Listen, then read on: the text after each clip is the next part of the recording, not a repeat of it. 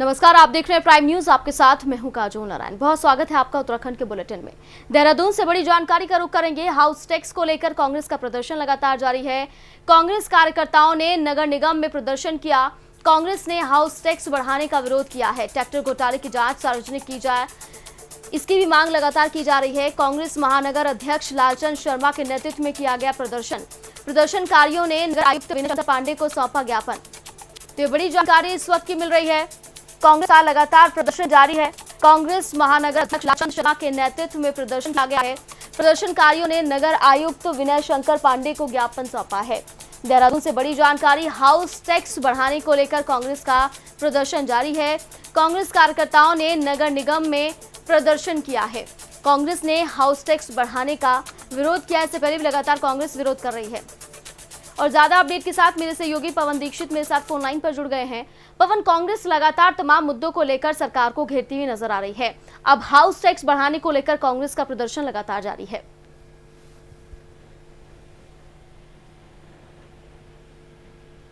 पवन, मेरी आवाज मिल रही है?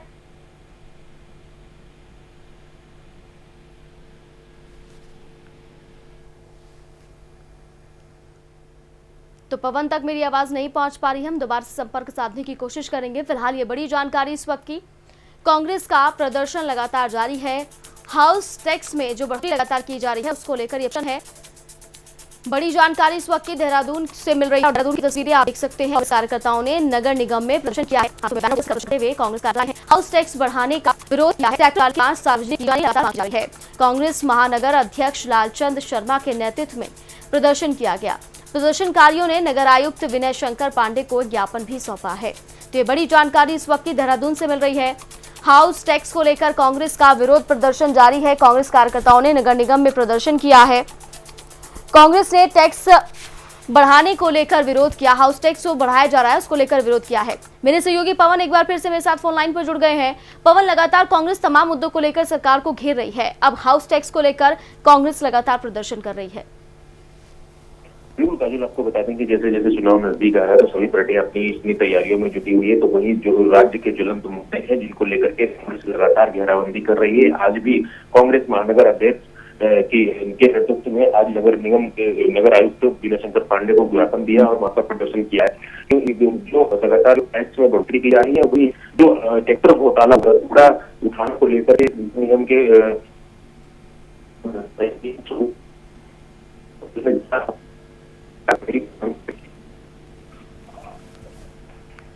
पवन, आपकी आवाज मुझ तक ठीक तरीके से नहीं पहुंच पा रही है। हम आपसे दोबारा संपर्क साधेंगे। तो कांग्रेस लगातार प्रदर्शन कर रही है। ट्रैक्टर घोटाले की जांच सार्वजनिक किए जाने की मांग कर रही है। हाउस टैक्स जो बढ़ाया जा रहा है उसका भी लगातार विरोध कांग्रेस की तरफ से किया जा रहा है। उत्तराखंड प्रदेश में खेती सुधार को लेकर लगातार काम हो रहा है। वहीं अब सरकार ने फैसला किया है कि कृषि और सहकारिता विभाग मिलकर किसानों के लिए काम करेगा। प्रदेश के कृषि मंत्री सुबोध उनियाल का कहना है कि कृषि विभाग मंडवा जैसी फसलों को सहकारिता विभाग के साथ मिलकर बाजार में लाने पर काम कर रहा है, जिससे उत्तराखंड के पहाड़ी उत्पादों को और बड़ा बाजार मिल सके, साथ ही किसानों को उनकी मेहनत का उचित दाम भी दिलाया जा सके। तो देहरादून में कृषि में सुधार के लिए सरकार का बड़ा फैसला सामने आया है। कृषि और सहकारिता विभाग किसानों के लिए अब आगे चल के काम करेंगे। किसानों की मेहनत का उचित दाम उन्हें दिलाया जाएगा, ऐसा कहा जा रहा है। तो कृषि मंत्री नजर आए हैं कि किसान लगातार मेहनत करते हैं, लेकिन कई बार ऐसा होता है कि किसानों की मेहनत के हिसाब से उन्हें उनका पैसा नहीं मिल पाता। लेकिन अब इसमें कृषि और सहकारिता विभाग किसानों के काम पे, ताकि उनका जो पूरा लाभ है उनकी मेहनत का वो उन्हें मिल सके।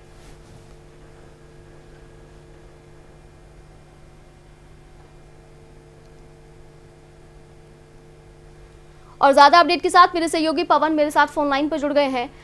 पवन, लगातार हम देख रहे हैं कि किसानों की स्थिति को बेहतर करने के लिए सरकार तमाम महत्वपूर्ण कदम उठा रही है। अब कृषि मंत्री सुबोध उनियाल ने तमाम बातें कही हैं। किस तरह से किसानों को अच्छी आय मिल सकेगी, किस तरह से किसान मेहनत का फल पा सकेंगे?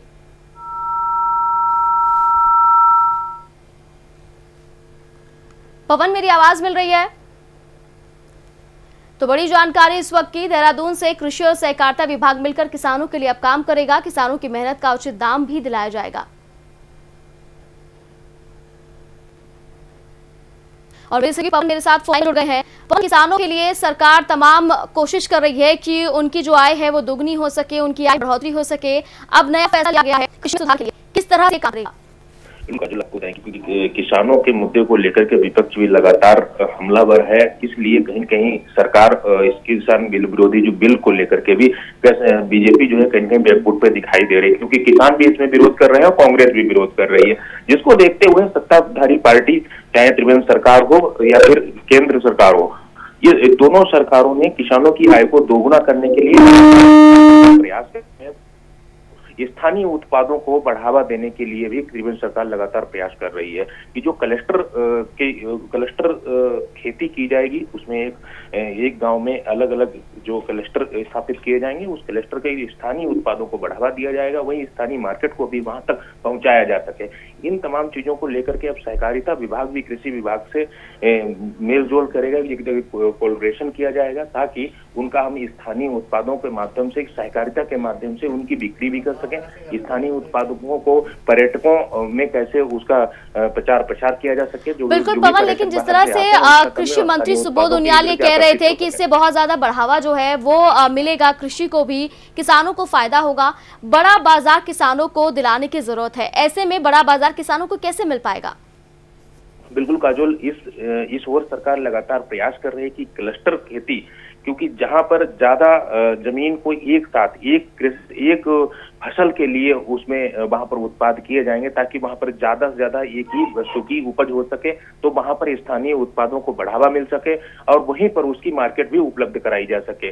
तो वहीं सहकारिता विभाग को इसीलिए कृषि विभाग के साथ कोलैबोरेशन किया गया है, एक सामंजस्य स्थापित किया गया है ताकि जो भी पर्यटक बाहर से आते हैं उनको यहाँ के स्थानीय उत्पादकों के बारे में उनको बताया जा सके, उनकी बिक्री को और ज्यादा प्रोत्साहन दिया जा सके, चाहे वो बुराश हो, चाहे वो जो मंडवा हो, झुमका हो, जो यहाँ की स्थानीय उत्पाद है, इन उत्पादों को कैसे बढ़ाया जा सके, कैसे यहाँ पर किसानों की आय को दोगुना किया सके, इन तमाम पहलुओं लेकर सरकार लगातार मंथन कर रही है।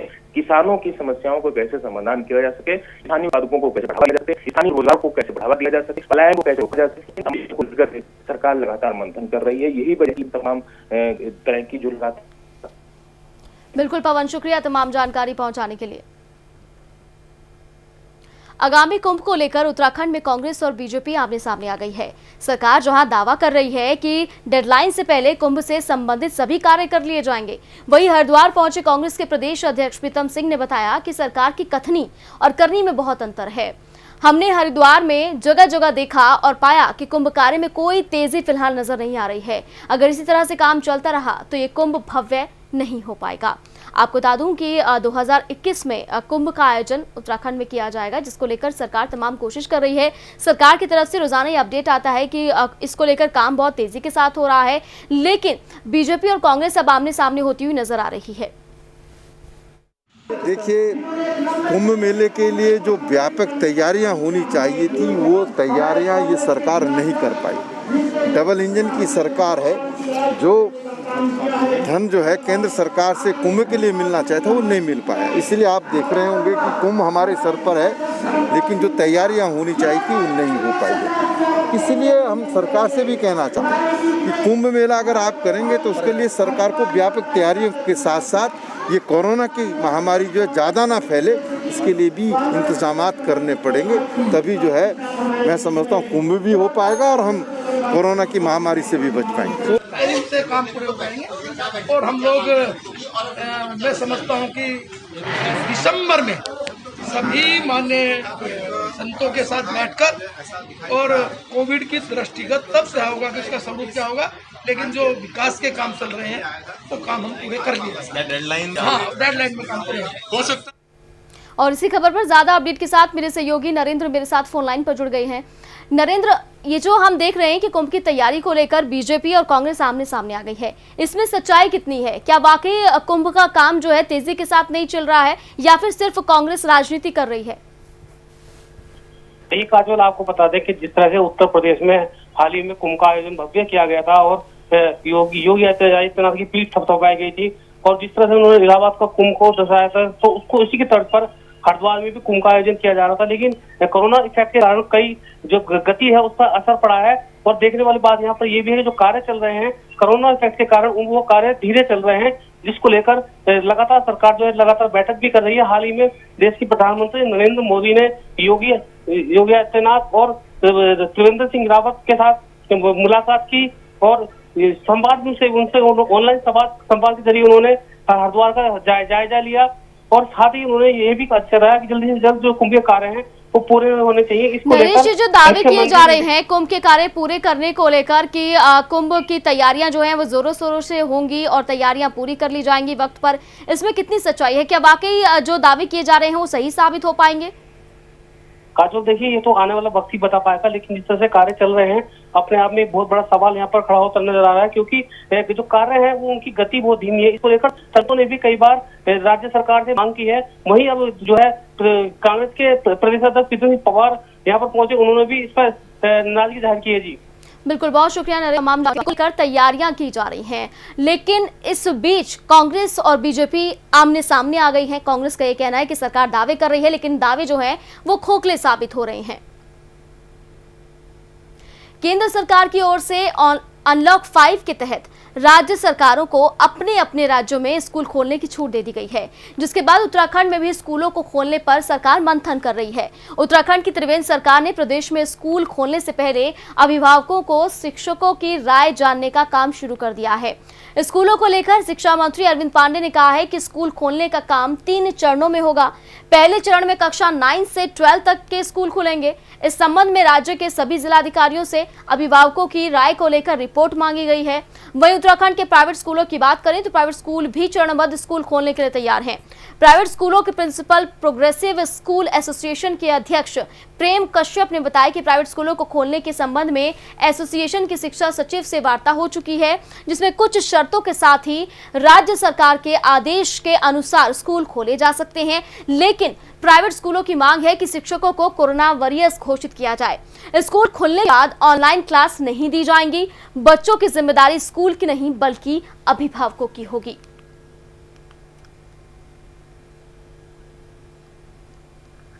तो केंद्र सरकार की गाइडलाइंस के बाद अब उत्तराखंड में भी स्कूल खोलने की जो कवायद हैं वो तेजी के साथ दिखाई दे रही है। यहाँ पर ये कहा जा रहा है कि 3 चरणबद्ध होंगे, 3 चरणों में स्कूल जो हैं खोले जाएंगे। पहले चरण में 9 से 12 तक के स्कूल खोले जाएंगे, लेकिन प्राइवेट स्कूल का यहाँ पर ये कहना है कि जो जिम्मेदारी होगी बच्चों की वो बच्चों के जो अभिभावक हैं उनकी होगी, स्कूल की कोई जिम्मेदारी नहीं होगी। वहीं जो वहाँ के शिक्षक होंगे उन्हें कोरोना वॉरियर्स घोषित किया जाए। रक्षा मंत्री राजनाथ सिंह ने 7 राज्यों और केंद्र शासित प्रदेशों में सीमा सड़क संगठन के जरिए बनाए गए 44 पुलों को राष्ट्र को समर्पित किया, जिसमें उत्तराखंड के 8 पुल शामिल हैं, जिनका राजनाथ सिंह ने ऑनलाइन उद्घाटन किया। इस ऑनलाइन कार्यक्रम में उत्तराखंड के मुख्यमंत्री त्रिवेंद्र सिंह रावत भी शामिल हुए। इस दौरान रक्षा मंत्री राजनाथ सिंह ने कहा है कि इतने पुलों का एक साथ उद्घाटन करना और सुरंग की आधारशिला रखना बहुत बड़ा रिकॉर्ड है। वहीं त्रिवेंद्र सिंह रावत ने भी इस मौके पर सभी आभार जताया।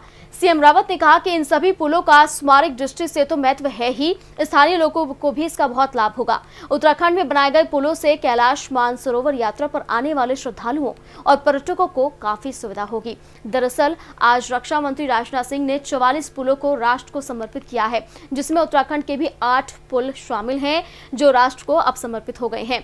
इतने पुलों का उद्घाटन करना एक बड़ा रिकॉर्ड है, राजनाथ सिंह कहते हुए नजर आए। साथ ही साथ उत्तराखंड के लोगों को पुल से बहुत लाभ मिलने वाला है। सीएम त्रिवेंद्र सिंह रावत भी इस कार्यक्रम में जुड़े थे। इस दौरान उन्होंने बातें कही। मानसरोवर यात्रा पर आने वाले श्रद्धालुओं को भी इससे काफी ज्यादा सुविधा होगी। तो 8 पुलों का उद्घाटन आज ऑनलाइन माध्यम से रक्षा मंत्री राजनाथ सिंह ने किया। जम्मू कश्मीर और लद्दाख जैसे केंद्र शासित प्रदेशों में अधिकांश सड़कों और एयरफील्ड के विकास में बीआरओ की बहुत बड़ी भागीदारी रही है और वह सराहनीय भागीदारी रही। अपनी इसी जिम्मेदारी को जारी रखते हुए बॉर्डर ऑर्गेनाइजेशन ने जम्मू कश्मीर, लद्दाख, हिमाचल प्रदेश, पंजाब, उत्तराखंड, सिक्किम और अरुणाचल प्रदेश में मिलिट्री पर्पस और स्थानीय लोगों की आकांक्षाओं को पूरा करते हुए कुल 43 ब्रिजेस का निर्माण किया है। और इनके निर्माण से हमारी पश्चिमी, उत्तरी और साथ ही साथ नॉर्थ ईस्ट के दूर दराज के इलाकों में मिलिट्री और सिविल ट्रांसपोर्ट में निश्चित रूप से बड़ी सुविधा मिलेगी। और मैं ये मानता हूं कि हमारी आर्म्ड फोर्स के जवान बड़ी संख्या में ऐसे इलाकों में तैनात होते हैं जहां पूरे साल ट्रांसपोर्ट की सुविधा उपलब्ध नहीं हो पाती है। और खासकर ऐसे समय में जब ठंड बढ़नी शुरू होती है, कई इलाकों के रास्ते बर्फबारी के कारण बंद हो जाते हैं। ऐसे एक पुल और टनल हमारी सेनाओं तक राशन और सैन्य सामग्री यानी मिलिट्री इक्विपमेंट आज पहुंचाने में काफी सहायक सिद्ध होते हैं। साथियों, इन पुलों में कई छोटे तो कई बड़े पुल हैं, पर उनकी महत्ता का अंदाजा उनके आकार से नहीं लगाया जा सकता है। शिक्षा हो या स्वास्थ्य, व्यापार हो या खाद्य आपूर्ति, आर्म्ड फोर्स की सामरिक आवश्यकता हो या अन्य विकास के काम, इन्हें पूरा करने में ऐसे पुलों और सड़कों की समान और अहम भूमिका होती है। देश के सीमांत क्षेत्रों में 44 पुलों का लोकार्पण किया जा रहा है। निश्चित रूप से इनसे जहां हमारी जो सेना है और सामरिक दृष्टि से इनका महत्व है, वहीं जो स्थानीय लोग हैं उन की का लाभ मिलेगा। यही नहीं, तमाम पर्यटक सीमांत क्षेत्र में जाना चाहते हैं और जाना चाहते हैं, उनके लिए इससे बेहतर लोगों को मिलेगी। ये बहुत जरूरी और इन क्षेत्रों में और विकास है जहाँ पर आज किया गया है, ये लोगों के गलती से डिमांड थी और एक तरह से सपना जैसे लगता था कि इतनी जल्दी काम हो पाएगा। 2-3 सालों में 8 करोड़ का निर्माण और ऐसे जगह यहाँ पर भूस्खलन किस बात में बताना चाहता हूँ कि 20 से अधिक लोगों की मौत वहाँ पर भूस्खलन के कारण हुई थी। सैकड़ों परिवार विस्थापित हुए। ऐसी किस्म परिस्थितियों के यहाँ भारी वर्षा और भारी बर्फबारी हुई है, वहाँ पर ये काम करना सहज नहीं था। मैं बिहार के तमाम टीम को बहुत बधाई देता हूँ और उनके लिए शुभकामनाएं करता हूँ। इस विमान से उनकी गुणवत्ता बहुत उच्च है। करने के विमान से जोड़े गया हूँ तो मैंने कहा गुणवत्ता के लिए बहुत अच्छा परिणाम करना। रुद्रपुर में अज्ञात बदमाशों ने बीजेपी समर्थित पार्षद प्रकाश धामी की गोली मारकर हत्या कर दी। इस घटना के बाद इलाके में हड़कंप मच गया। वहीं मौके पर पहुंची पुलिस मामले की जांच में जुट गई है। पुलिस आसपास लगे सीसीटीवी कैमरे को खंगालकर हत्यारों की तलाश कर रही है। बताया जा रहा है कि प्रकाश सिंह धामी भदईपुरा से पार्षद थे। घटना के वक्त वो घर पर ही थे, जहां बाहर से आए बदमाशों ने उन्हें कई गोलियां मारी। वहीं प्रकाश धामी ने भागने की भी कोशिश की, लेकिन अपराधियों ने उनका पीछा कर वारदात को अंजाम दिया। रुद्रपुर का एक पूरा मामला, जहां पर बीजेपी समर्थित पार्षद की गोली मारकर हत्या कर दी गई। अज्ञात बदमाशों ने इस पूरी वारदात को अंजाम दिया। आसपास लगे सीसीटीवी फुटेज के आधार पर पुलिस जांच में जुटी हुई है। सारे सीसीटीवी फुटेज जो है वो खंगाले जा रहे हैं। इस हत्या के बाद पूरे इलाके में हड़कंप मचा हुआ है। तनाव को देखते हुए भारी पुलिस बल मौके पर तैनात कर दिया गया है।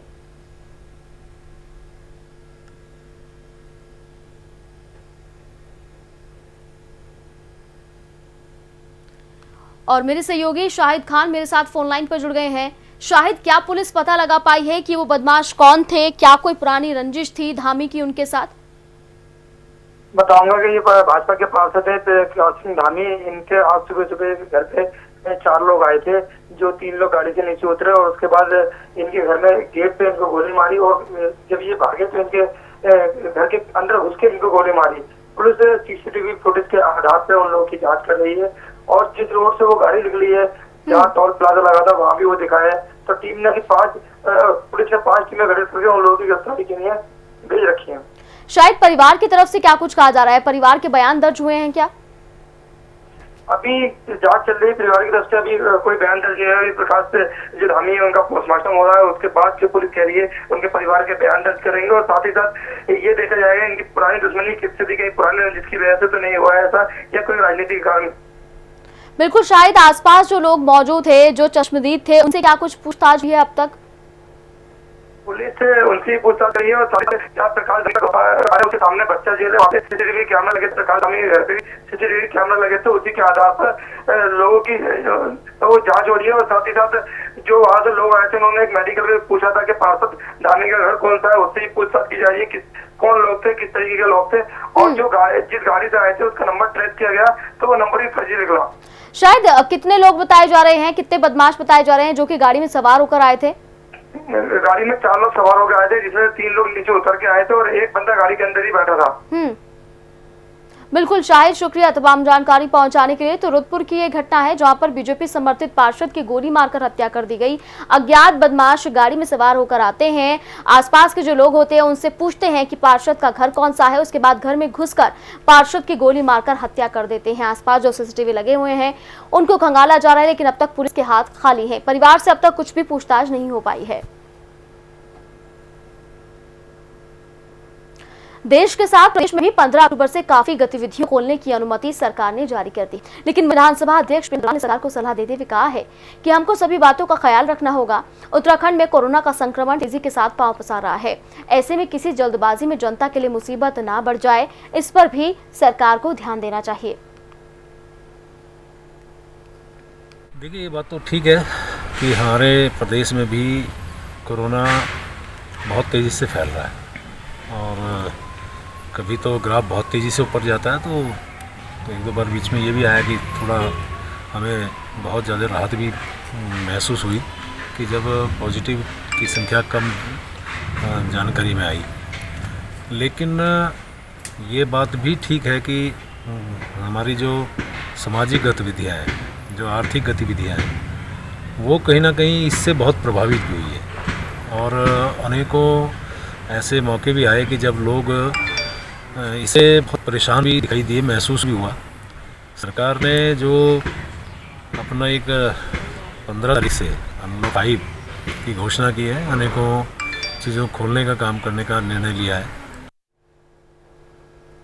देहरादून में पिछले कई महीनों से कोरोना काल में काम कर रहे फार्मासिस्टों, डॉक्टर, नर्स और वार्ड बॉय ने विभाग से अब छुट्टी की मांग की है। कर्मचारियों की माने तो पिछले 5 महीने से वो लगातार काम कर रहे हैं, लेकिन उन्हें एक भी दिन की छुट्टी नहीं मिल रही है, जिसे लेकर अब उन्होंने डीजी हेल्थ से मुलाकात की। छुट्टी की मांग पर डीजी हेल्थ डॉक्टर अमिता उत्प्रेती ने कहा है कि जिले के सभी सीएमओ सीएमएस को निर्देश दिए हैं कि कोरोना में काम कर रहे फार्मासिस्टों, डॉक्टर्स, नर्सेज और वार्ड बॉय को एक सप्ताह में एक छुट्टी जरूर दी जाए।